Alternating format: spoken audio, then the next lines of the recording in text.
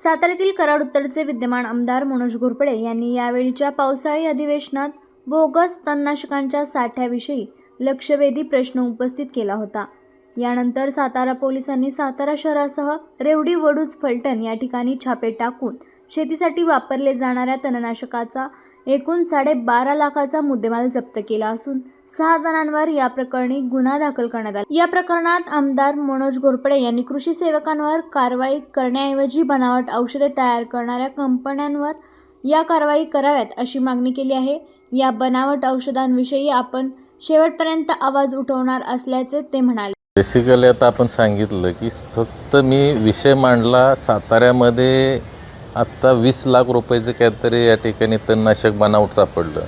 हा संपूर्ण महाराष्ट्राची जर व्याप्ती आपण पाहिली तर हा फार मोठा विषय आहे आणि प्रत्येक वेळेला संबंधित जो कृषी भांडार चालक असतो तो याचे टेस्ट घ्यायला जात नसतो।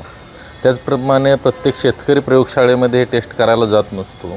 मूळ मुद्दा माझा हाच होता की तुम्ही या ठिकाणी कृषी सेवा केंद्राला या ठिकाणी आरोपी करता त्या केंद्रचालकाला, त्याऐवजी जी बनावट कंपनी आहे ह्या बनावट कंपनीवर या ठिकाणी हे जे खटले आहेत ते चालवले पाहिजेत, त्यांना यामध्ये आरोपी केलं पाहिजे आणि त्यामध्ये साक्षीदार म्हणून या ठिकाणी जे काही कृषी सेवा केंद्र आहेत या मंडळींना आपण घेतलं पाहिजे।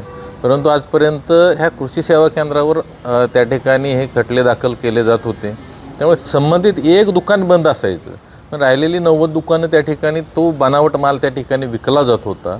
आणि या माध्यमातून एक चांगलं झालं, एक चांगला विषय समोर आल्यामुळं थोडंसं कृषी विभाग पण सतर्क झाला। त्या माध्यमातून राज्यामध्ये बऱ्याच ठिकाणी अशा ज्या बनावट औषधं बनवणाऱ्या कंपन्यांवर यावर मोठ्या प्रमाणावर धाडीचं सत्र चालू झालेलं आहे। पण अधिवेशनात तुम्ही जो आवाज उठवला तर धाडीचं सत्र सुरू झालंय, पण अजून यापुढे तुमची भूमिका आता कशी राहणार आहे की ह्या ज्या काही अशा कारवाई आहेत त्या वारंवार झाल्या पाहिजेत किंवा कशा पद्धतीनं तुम्ही एक आमदार म्हणून आता यापुढे तुमची भूमिका? खरं तर हा मुद्दा मी शेवटपर्यंत लावून धरणारच आहे। यामध्ये मुळातच कायद्यानं या सगळ्या तरतुदी आहेत, पण इम्प्लिमेंटेशन करताना या ठिकाणी चुकीच्या पद्धतीनं जे केलं जातं आहे आणि त्या संदर्भात ज्या काही दुरुस्ती असतील त्या संदर्भात येणाऱ्या काळामध्ये ज्या ठिकाणी गरज आहे, एखाद्या अगदी कॅबिनेटच्या बैठकीत सुद्धा आपण त्या ठिकाणी बरेचसे नोटिफिकेशन GRs काढू शकतो आणि त्या माध्यमातून ही फार मोठ्या प्रमाणावर शेतकऱ्याची लूट चाललेली आहे हे आपल्याला त्या माध्यमातून थांबवता येईल।